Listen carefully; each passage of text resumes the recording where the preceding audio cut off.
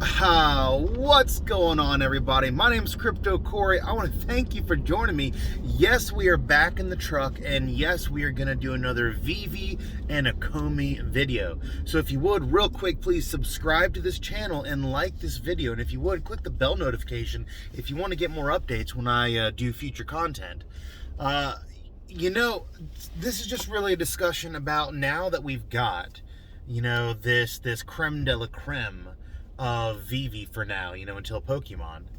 But, we have Amazing Fantasy 15, and those of us who have the secret rare, there's a conversation I feel like no one's thinking about right now.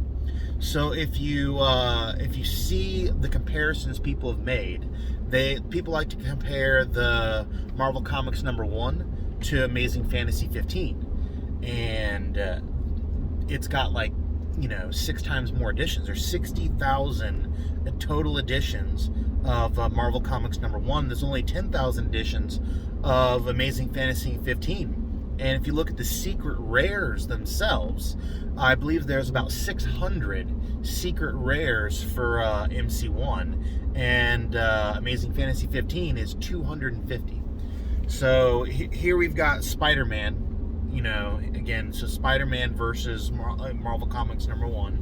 So you have Spider-Man versus the most popular character literally in the world, superhero character. He is it, and then not only is it the first appearance, but it also happens to be or one of the most valuable graded comics, top graded comics in the world. So it's a crown jewel of the comic world. Now, when you compare these two and you look at the edition sizes and stuff, you can see why one's going to be a little bit more valuable than the other. But what I think people aren't paying attention to is go into the sales for Marvel Comics #1, and you'll see there's 30 something comics available in the market for the secret rare, and it's sitting at the same price as Amazing Fantasy 15 right now, pretty much. I think it's actually might be more valuable than Amazing Fantasy at the current moment. But if you go to Amazing Fantasy and you look at their secret rare, there is I think 75 listings right now. So twice the listings in the market for the secret rare as opposed to the listings in the market for the secret rare of Marvel Comics. So if we were to look at the price and the scarcity, and yeah, I understand that it's a down market and stuff, so we just may not see aggressive buying on anything at this current moment. But I feel like there is less room for Marvel Comics to grow on such little. Less people are just all of a sudden, when things start going up, they start putting it on the market and flooding the market, and that way lower pricing, or maybe not lower than now, but lower than the stages. If you look, it's it starts at 17, you move up 10, and there you are at $50,000. If you go to Amazing Fantasy 15 and you start at their $15,000 mark and you move it up 10, you're 17 and a half, maybe 18. So there's much more listings in the market for Amazing Fantasy than there are of Marvel Comics #1. That's because the long-term hodlers, the people who want this comic, they haven't gotten it yet. They haven't purchased it yet. I think they're waiting to see what happens. Maybe they think it'll go down, and they can buy it cheaper. Maybe the people who are stacking, maybe they need to flip some other things, and they're waiting on the market to recover a little bit before they start flipping and buying new things. Maybe people have gems locked up. Maybe we're just waiting on and this is what I think is going to really direct the market. And if we're talking just all over Veve market, I think the ability for you to take your wallet, your private wallet with your crypto, and to take your Ethereum, take your Bitcoin, whatever, and purchase your collectibles using that, or at least to purchase your gems using crypto. If you can convert crypto into gems or NFTs on the Veve platform, it's going to be a absolute game changer.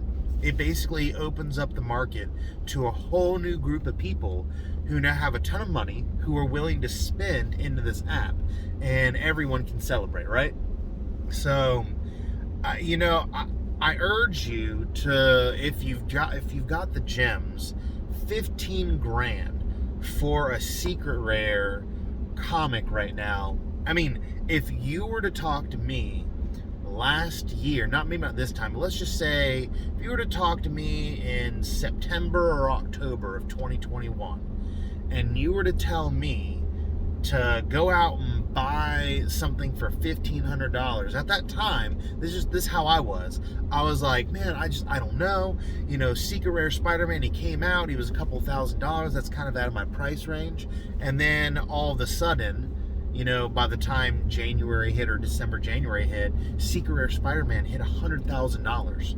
So, and I'm not saying that's because there was a lot of bot influence and stuff that did happen during that time frame. Plus, you could almost say that everything was almost twice as valuable, because the way that people were selling gems on a third party, via Facebook, Twitter, whatever, people were just meeting outside of Veve, and because we had transfers available, we were buying and selling gems for 50 cents on the dollar.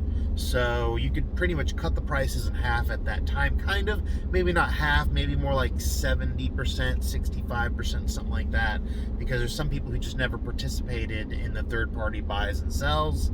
Also, that was a fluctuating market, and there was a lot of fraud, and a lot of people have their stuff confiscated. But yeah, you also had the bot push that did happen. Now, I do think the bots caused positives for pricing, because long-term hodlers are not going to be bots. The long-term hodlers are the ones who now own these things for X number of dollars. They're not willing to sell it at a loss. So the bots did help with pricing, I believe. But then at the same time, the gem scams and stuff that were going on, and the third-party sells, which were completely legal and allowed by Veve, all of that going on all at the same time, I think that did some damage to like a false sense of what we were looking at as far as price action on our collectibles. Now everything's going to be much more accurate, and because it's going to be for actual collectors, that the bots are gone, or for the most part botting is gone, and people get banned so easily now for doing anything stupid. It's their regulation now of the market, while some people might look at it as harsh, I'm just saying it's another step in the right direction. We can define these things, we can tweak these things, make them a little bit better, make them smarter, but time will fix all of this stuff in the Veve app. But I'm telling you, there's not many of these left. If you've got $15,000 in gems, if you have 15,000 gems, I urge you, if you have 17,000 gems, I am urging, and this is not to pump my bag, I already set my price, and we'll get to that in a second. I'll talk about what I've listed it on the market. So I listed my secret rare Amazing Fantasy 15 on the market. But before we get to that, I'm telling you, if you've got the gems, get this comic. This would be like basically if you pulled a secret rare Charizard that was whatever limited, anything under 500 for Charizard, right?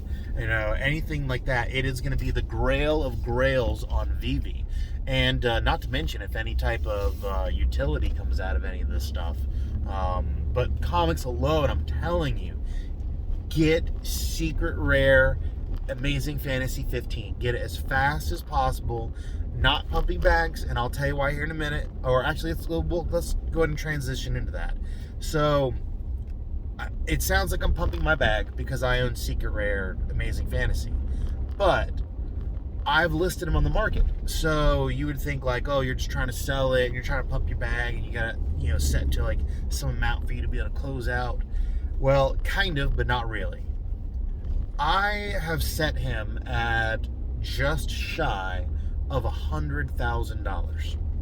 $100,000. And I've been posting that a little bit on the Facebook groups, and people are kind of laughing and stuff. And I'm like, if you saw where, Secret Rare Spider-Man was, if you saw where Marvel Comics #1 was, if you during the height of Veve, if you saw where these things were, then you would understand why I think that I'm not saying that you know, Marvel Comics #1 is going to reach 100K in the next year.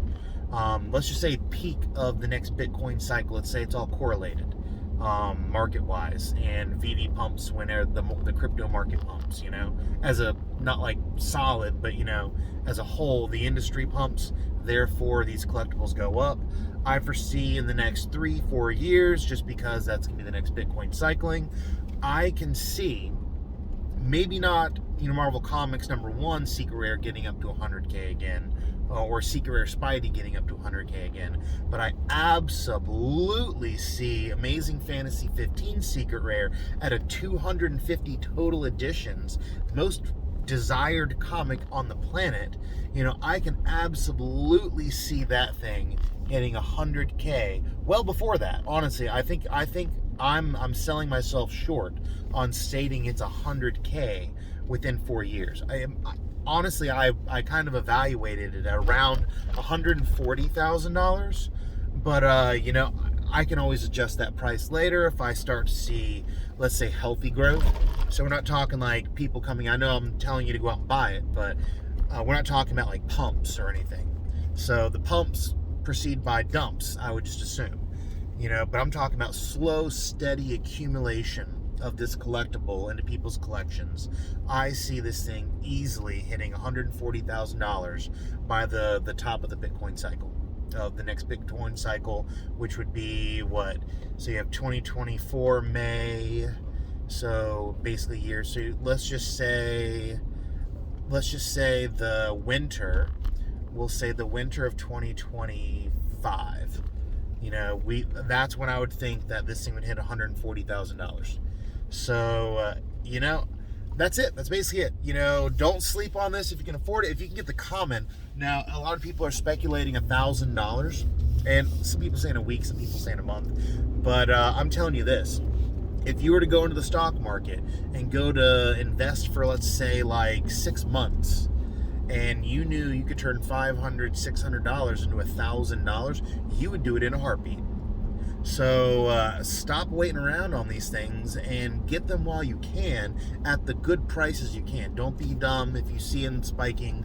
You know, I'm not saying FOMO or don't FOMO, but, you know, maybe go look at the charts, you know, on it. I don't look at the charts for Veve. I just don't want to pay for it.